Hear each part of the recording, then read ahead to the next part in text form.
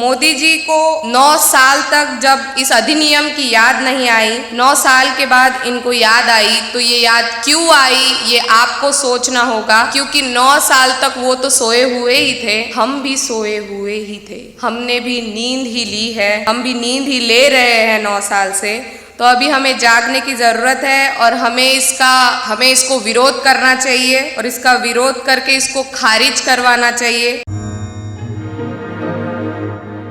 सभी मान्यवर और उपस्थित गणों को जय भीम, जय मूल्यवासी। आज का प्रबोधन सत्र क्रमांक 4 का विषय है नारी शक्ति वंदन अधिनियम, मूल निवासी ओबीसी SC ST महिलाओं के साथ राजनीतिक धोखेबाजी। नारी शक्ति वंदन अधिनियम 18 सितंबर को अनाउंस हुआ था उनके एक स्टेट मिनिस्टर से, जिनका नाम है प्रहलाद सिंह। उन्होंने ट्वीट किया था, उसके बाद उन्होंने वो ट्वीट डिलीट कर दिया। उसके बाद उन्होंने उस बारे में कोई बात नहीं की। फिर आज सितंबर, मुझे लगता है ये 9 साल बाद सितंबर 2023 में इसकी बात हुई है और ये 128 कॉन्स्टिट्यूशनल अमेंडमेंट है, जिसको नारी शक्ति वंदन अधिनियम इस तरह से उन्होंने संबोधित किया है। इसका रिजर्वेशन शब्द हटाकर, आरक्षण शब्द हटाकर, जो हमारे वक्ता या हमारी संगठना के हिसाब से प्रतिनिधित्व कह सकते हैं हम उसे, शब्द को हटाकर वंदन एक धार्मिक शब्द का इस्तेमाल कर रहे हैं। संवैधानिक अधिकारों को दैविक शब्दों से हटाकर, संवैधानिक शब्दों से हटाकर उसको दैविक शब्दों में परिवर्तित किया जा रहा है, उसको विस्थापित किया जा रहा है। इस बारे में हमने बात करनी चाहिए।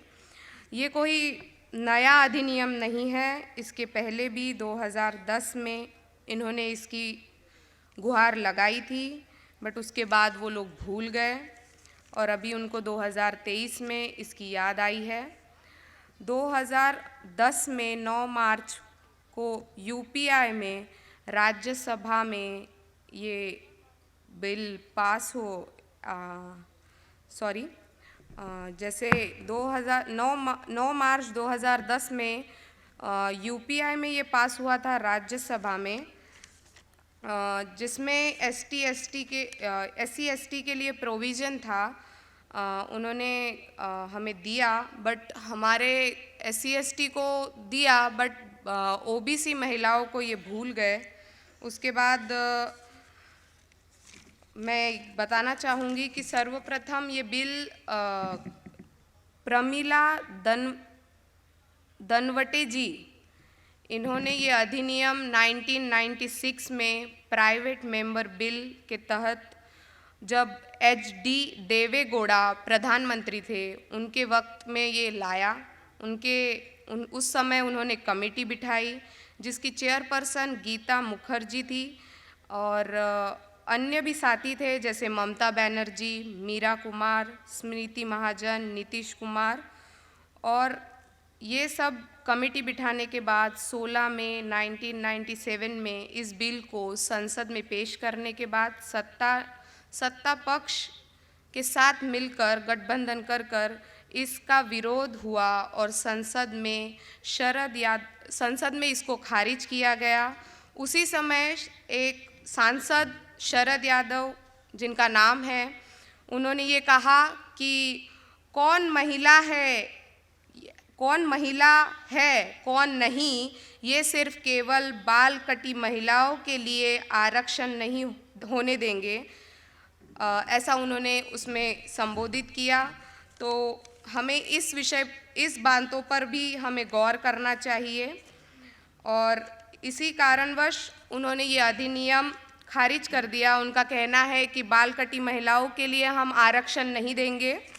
तो आप थोड़ा आत्मचिंतन करिए और देखिए कि वो क्या कहना चाहते हैं आपके लिए। और आज भी जब मोदी सरकार इस अधिनियम को पेश कर रहे हैं, तब इन्होंने अल्पसंख्यक महिलाओं की बात नहीं की है, ओबीसी महिलाओं की बात नहीं की है।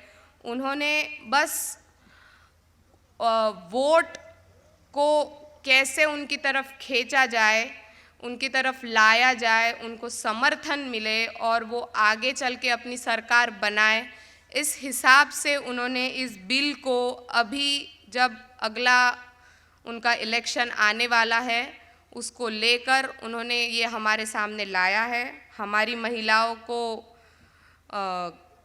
मैं कह सकती हूँ कि क्या बोलेंगे उसको,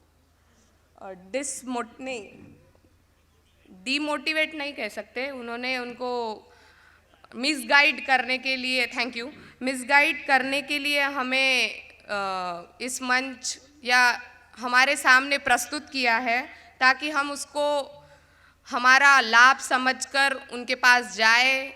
जैसे लोग जा रहे हैं, खुश हो रहे हैं कि हमें 33% का रिजर्वेशन प्रतिनिधित्व मिल रहा है और हम उनको वोट दें, बट ये गलत बात है मेरे हिसाब से। मोदी जी को 9 साल तक जब इस अधिनियम की याद नहीं आई, 9 साल के बाद इनको याद आई, तो ये याद क्यों आई ये आपको सोचना होगा, क्योंकि 9 साल तक वो तो सोए हुए ही थे, हम भी सोए हुए ही थे, हमने भी नींद ही ली है, हम भी नींद ही ले रहे हैं 9 साल से। तो अभी हमें जागने की ज़रूरत है और हमें इसको विरोध करना चाहिए और इसका विरोध करके इसको खारिज करवाना चाहिए, ताकि ये कभी आने वाला तो है नहीं, ये कभी लागू होगा ही नहीं, ये आपको बस छलावा दिखा रहे हैं कि ये आएगा, आपको मिलेगा, आप तक कभी आएगा ही नहीं। जो 33% की बात हो रही है वो आपकी बात हो ही नहीं रही है, वो उनकी सवर्ण महिलाओं की बात हो रही है जो उनके साथ बैठी हुई है, और वो उन्हीं को आगे लेकर आएंगे और उन्हीं से काम करवाएंगे, हमसे कोई काम नहीं करवाएंगे, हमारा कोई प्रतिनिधित्व नहीं होगा उस पर और हमें उसमें कुछ नहीं मिलेगा। तो आप ये सोचिए कि हमें क्यों ये बोल रहे हैं, क्यों हमारा ये कर रहे हैं, हमें उन्हें आगे बढ़ाना चाहिए, नहीं बढ़ाना चाहिए, हमें उसका विरोध करना चाहिए, नहीं करना चाहिए। मोदी सरकार खुद को महिलाओं की हितैषी सरकार के रूप में बताती है, मुझे लगता है वो बहुत ही हितैषी है। जब नग्न प्रकरण हुआ था तब भी वो सोई हुई थी, तो वो हितैषी ही सरकार थी। जब साक्षी मलिक के साथ इनजस्टिस हुआ, उनके ही एक एमपी के द्वारा, जिनका नाम संजय सिंह जी है, तब भी वो हितैषी ही होगी। वो ये सब जानते हैं कि आप 50% है, इसीलिए वो आपके ऊपर इतना दबाव डाल रहे हैं 33% बोलकर, बट हम सिर्फ 33% नहीं है, ये बात आपको जाननी होगी। आप खुद को सेल्फ एनालाइज करके देखिए कि आपकी जाति में, आपकी धर्म में सिर्फ 33% ही औरतें बची है क्या, और इस बात को एनालाइज कीजिए कि हम 33% नहीं है, हम 50% महिलाएं हैं, हमें समान अधिकार मिलना चाहिए, हम समानता में विश्वास रखते हैं।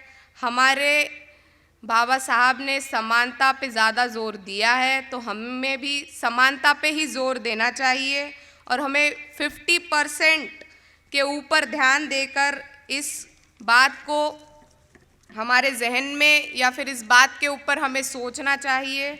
हमें किस बात के ऊपर सोचना चाहिए, हमें क्या चाहिए इस अधिनियम से, ये मैं थोड़ा उसके ऊपर आपको ही सवाल करना चाहती हूँ कि आप क्यों नहीं सोच पा रहे हैं कि ये अधिनियम आपके लिए है या नहीं है। आप क्यों इतने सोए हुए हैं और इस बारे में कुछ भी बात नहीं हो पा रही है। तो मैं ये कहना चाह रही हूँ कि हम 50% है, तो हमें 33% जब दिया जा रहा है, तो उसमें से भी आधा क्या पूरा ही सवर्ण महिला ही ले जाएंगी। जब 33% ले जा रही हैं तो उनको ही मिलेगा, हमें तो कुछ मिल नहीं रहा है। तो हमें कोटा प्रतिनिधित्व में से भी कोटा चाहिए, हमें वो कोटा में कोटा मिलना चाहिए, हमें 50% मिलना चाहिए, जिसमें हम बात कर सके। हमें हर कैटेगरी के बारे में सोचना चाहिए। SC ST OBC सारी महिलाओं को अलग अलग कोटा मिलना चाहिए, उनकी कैटेगरी वाइज मिलना चाहिए। इस बारे में हमने सोचना चाहिए और इस बारे में हमने आवाज़ लगानी चाहिए। और ये बिल क्यों आने नहीं वाला, क्यों अधिनियमित होने नहीं वाला, इसका ये कारण है कि वो 10 साल से सोए हुए ही थे, अभी भी वो सोए हुए ही है। बट उनको अभी आपसे वोट चाहिए, इसलिए वो अभी आपको उस बारे में उत्तेजित कर रहे हैं कि हम आपको ये देंगे तो आप हमको ये दीजिए, हम ये ला रहे हैं। हमारे बारे में, खुद के बारे में प्रचार जो करते हैं, वो उनका जो काम है वो जो करते ही है, वो उसको बढ़ावा देने के लिए जो महिलाएं उनकी तरफ ध्यान नहीं दे पा रही है। शायद उनको लग रहा है कि महिलाओं का ध्यान थोड़ा कम हो गया है उनकी तरफ से, इसलिए उसको आगे बढ़ाना चाहती है, आगे बढ़ा रहे हैं वो। तो उसको लाने के लिए उन्होंने ये अधिनियम वाला जो लाया है नया छलावा, इसको वो बढ़ा रहे हैं। तो हमें सोचना चाहिए कि हम किस तरह से इसको ले।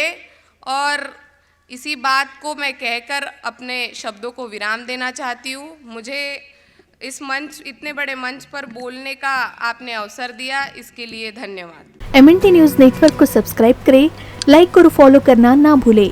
साथ ही बेल आइकॉन दबाकर जन जागृति की मुहिम में जुड़े रहें।